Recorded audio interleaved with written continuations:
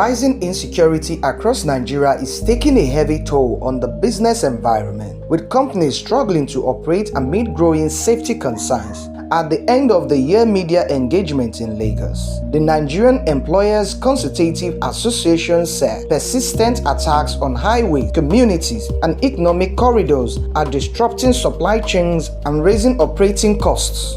For the business community, we've had our issues, had our challenges, we've had our positives, we had our negatives.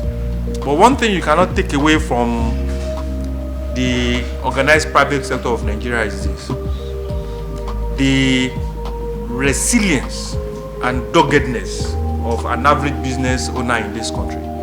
The business community have remained dogged, they've remained resilient, and they've remained consistent in making sure that they remain sustainable, even if not competitive in the first instance.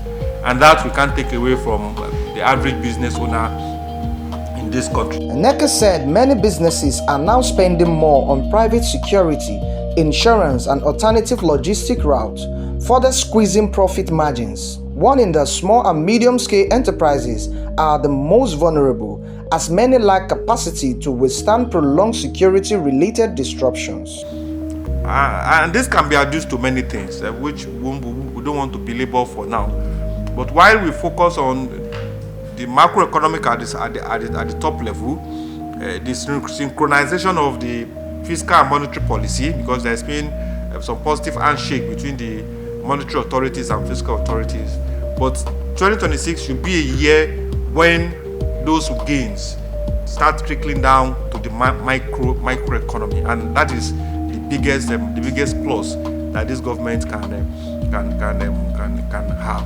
NECA DG praised the federal government's collaboration with the United States in combating terrorism in Nigeria, stressing that while Nigerian businesses have shown resilience, endurance should not be confused with sustainability. I think government must also play its part within the context of providing an environment that is considerable, that is hospitable for businesses to operate. We've made some milestones, had some positives, had some engagement, which we also appreciate. But 2026, we are hoping that the fruits, or the real fruits of the reforms, will start germinating. There's been some stability in the macroeconomic space, as we all know.